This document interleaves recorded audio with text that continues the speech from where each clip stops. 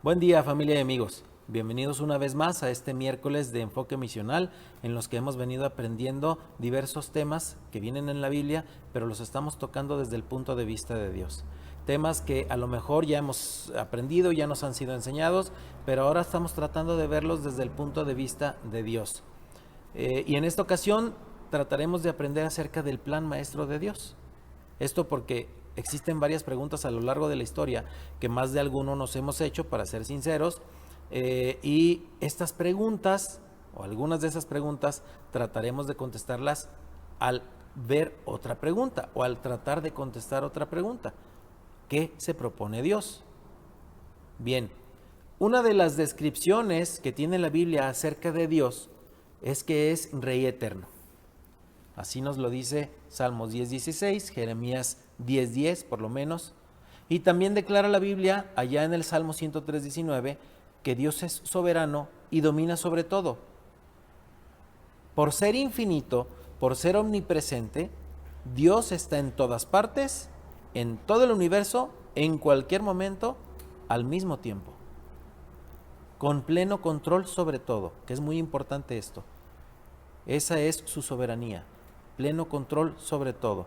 Él nunca ha comprometido este atributo divino, la soberanía. ¿Por qué hacer énfasis en todo esto? Porque es fundamental reconocer que su soberanía se mantiene intacta en todo para que podamos tener una perspectiva adecuada de su reino. Pues su obra de la creación, con los posibles riesgos que conlleva, si así queremos nosotros tenerlos como riesgos, nació de su soberanía. Fue porque Él quiso. Así que entendamos primero qué significa soberanía. Soberanía desde un punto de vista didáctico, desde la definición de diccionario, podemos decir lo que es la calidad de ser soberano. Es el derecho, la calidad o el poder que tiene un soberano.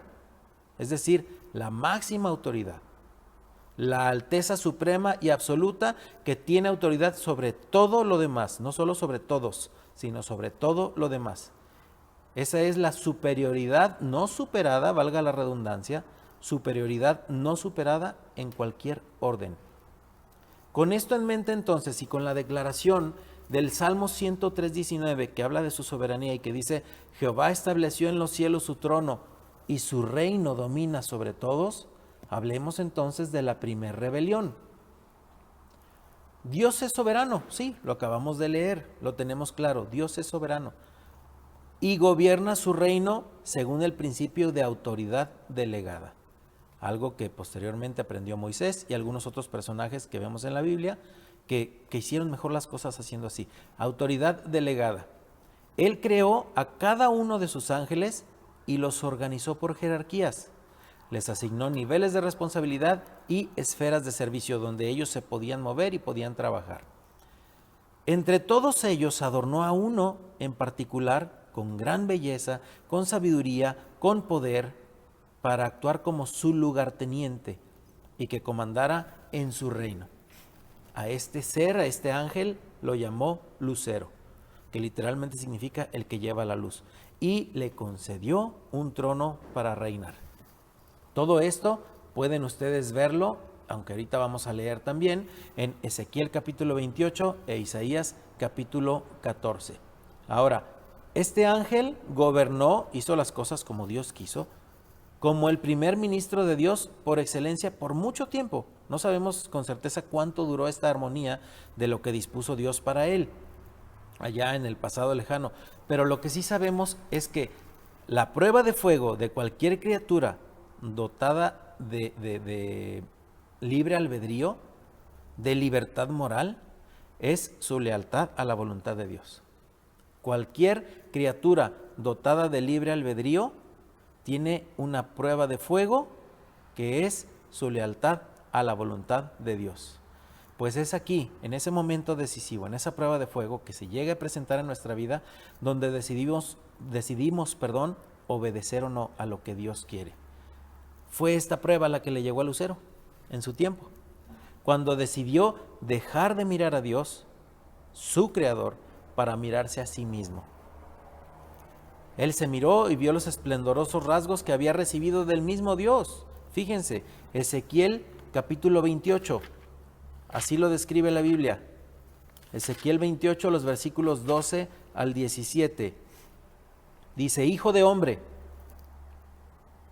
levanta endechas sobre el rey de Tiro y dile: así ha dicho Jehová el Señor, tú eras el sello de la perfección, lleno de sabiduría y acabado de hermosura.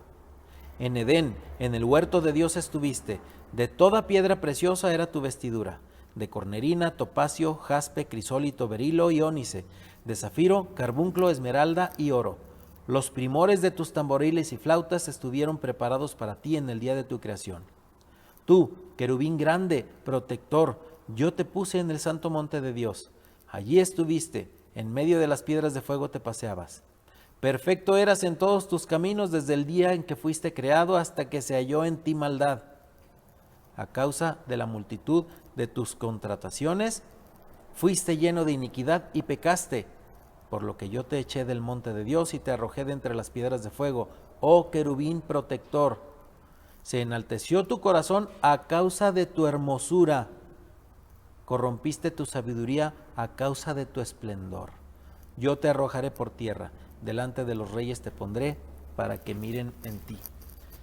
Entonces dejó de mirar a Dios, decidió dejar de mirar a Dios y verse a sí mismo.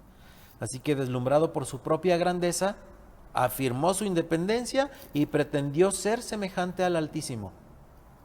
En ese momento quedó fuera de la voluntad de Dios y nunca se arrepintió. Pero Lucero no se fue solo, sino que se fue seguido por un tercio más o menos, un tercio de los ángeles del cielo, lo cual nos habla de la gran fascinación de su liderazgo.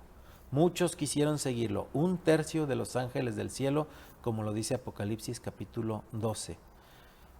Con esa gran multitud de rebeldes, no sabemos cuántos, pero debieron haber sido muchos, constituyó un reino propio, un reino fraudulento, un reino de tinieblas.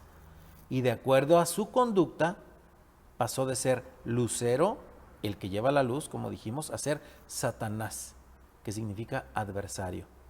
Y es aquí donde empiezan las preguntas. ¿Por qué no destruyó de inmediato Dios a este archirrebelde? ¿O por qué no organizó en ese momento una ejecución masiva con los ángeles buenos para ir a acabar con todos los ángeles desobedientes? O ya al menos, ¿por qué no los encerró para siempre allá en el abismo infernal? ¿Por qué? Bueno, la respuesta es que Dios tiene ese plan, Dios quiere hacer todo eso, pero usa temporalmente a estos rebeldes para cumplir otro propósito o algunos otros propósitos de Dios. ¿Han escuchado el dicho que dice, cuando Dios manda hasta el diablo obedece? Bueno, pues se trata de esto. Por esa soberanía de la que hablamos al principio, sabemos que Dios es capaz de hacer que la ira de los hombres lo alabe y que todos sus enemigos le sirvan. Es Dios, es soberano. Él puede hacer lo que quiera con quien Él quiera. Y como lo he dicho en otras ocasiones, a pesar de que las personas no quieran, Él puede hacerlo. En la puesta de la marcha de su plan de Dios, Dios no quedó atado a una sola opción. No tenía un plan A y un plan B, sino que fue capaz de seguir con el plan original a pesar de los inconvenientes ocurridos, como en este caso la rebelión de Satanás y sus ángeles. Lo importante de todo esto es tener en cuenta que Dios permitió, ahí está la soberanía, permitió la formación de un reino tenebroso.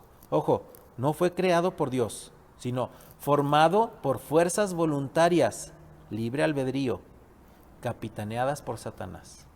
Ellos decidieron seguir a Satanás.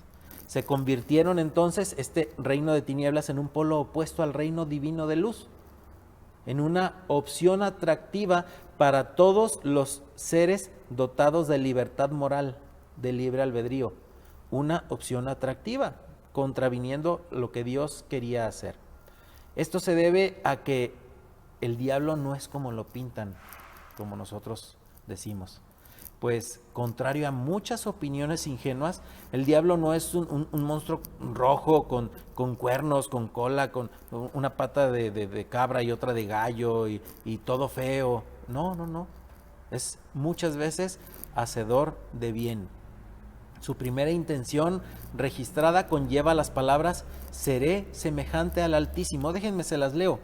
En Isaías capítulo 14 y versículo 14 nos dice eso, su primera intención. Isaías 14:14 dice, sobre las alturas de las nubes subiré y seré semejante al Altísimo. Eso era lo que quería, su primer intención registrada conlleva esas palabras. Esa es su táctica más efectiva, pues tanto más consigue imitar la obra de Dios, con engaño obviamente, menos se inclinan los hombres a buscar a Dios o ir en pos de su voluntad. Ven su problema resuelto con los engaños del otro que está imitando la obra de Dios. Bueno, pues entonces menos deciden los hombres o menos se inclinan los hombres a buscar perdón o ir en pos de la voluntad de Dios. Ahora, ¿qué pasó después de esto? Ya sabemos que Lucero fue creado, pasó esto de su caída, se trajo otros ángeles con él. Después de esto, Dios, como continúa con su plan, decide inaugurar el reino terrenal de Dios. Y esto lo llevó a otra creación, el hombre. Pero de esto, si Dios quiere, hablaremos la próxima semana. Dios les bendiga.